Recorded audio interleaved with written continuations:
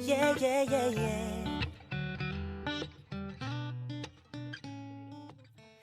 Assalamualaikum warahmatullahi wabarakatuh. Hello everyone, my name is Mira Putri and here I want to review another non-fiction book that I have read this year.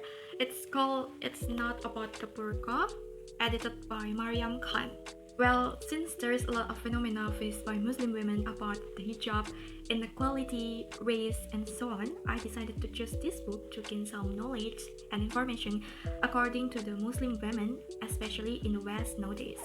Someone ever said that hijab is oppressive, women are incompetent, and Muslim women are traditionally submissive. Of course, I cannot agree with those arguments.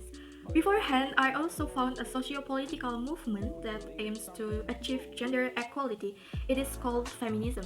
I'm interested in it, however, I frequently discovered controversy about feminism. That controversy made me indecisive to follow that movement. So this one also became another reason I read this book.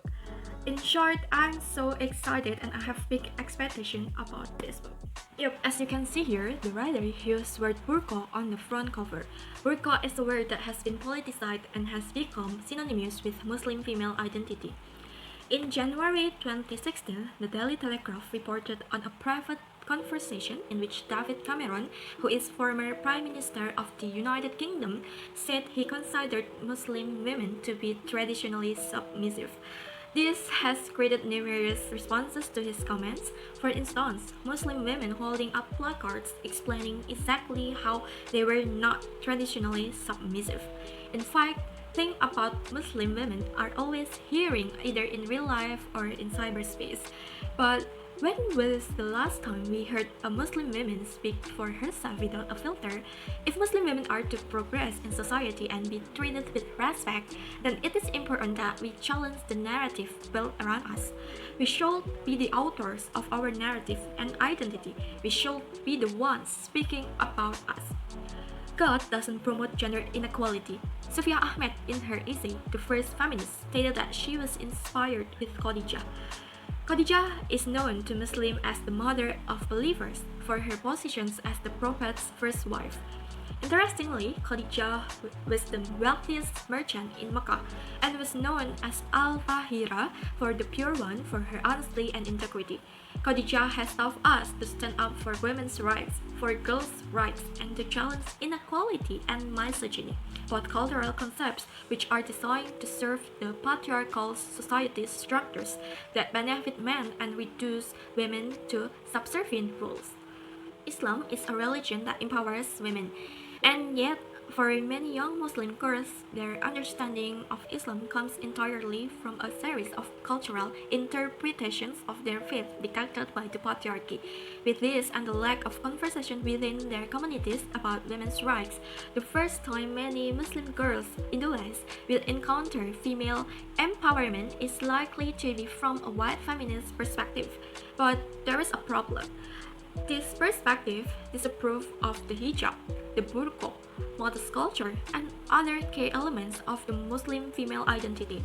Retrieved from Linda Sarsour's speech in Women's March on Washington, Mariam Khan, in her essay Feminism Needs to Die, believes if you want to know if you are going the right way, follow women of color, sisters and brothers. We know where we need to go, and we know where justice is.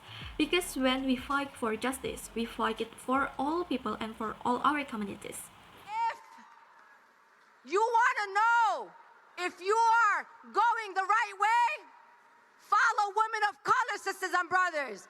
We know where we need to go, and we know where justice is, because when we fight for justice, we fight for it for all people, for all our communities.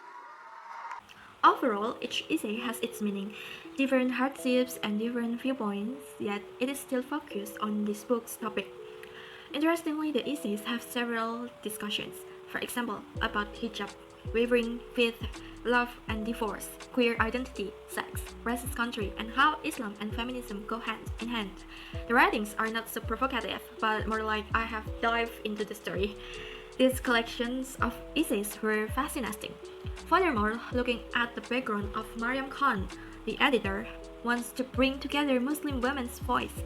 Muslim women are more than burqas, more than hijabs, and more than society has allowed us to be until now. The essay, written by Khan with immodesty is the best policy, Sofia Ahmed with the first feminist, and Afia Ahmed with the clothes of my faith resonated me so much. Unfortunately, this physical book has a bad paragraph layout. For me, book arrangement is important to bolster readers' convenience, and it is better to see. I might be wrong about this because it absolutely depends on the editor and the publisher. Still, I don't feel comfortable with the book in my hand right now. I also often find it difficult to understand the writing. In addition, I believe that each essay has a boring part either in the beginning or in the middle. Yet I understand it, since one's life doesn't always spark like fireworks. Regardless of it all, I like the content of the book. It is something new for me, and I don't have something to argue the content because I'm still learning day by day about Islam. Next, my favorite quotation actually is the closing message from Afia Ahmed in her essay, The Clothes of My Faith. I'm so touched by her message. Here, she gives encouragement for all Muslim women to be confident and believe what they believe in and their identity. It said, I implore you to have confidence and stand all for what you believe in. You are not what media tells you to be. You don't have to watch your religion become racialized. You don't need to be contribute to the dichotomy. You don't need to pander to the beauty and fashion industries. You don't need to top your identity or your origins. You are more and you will always be more.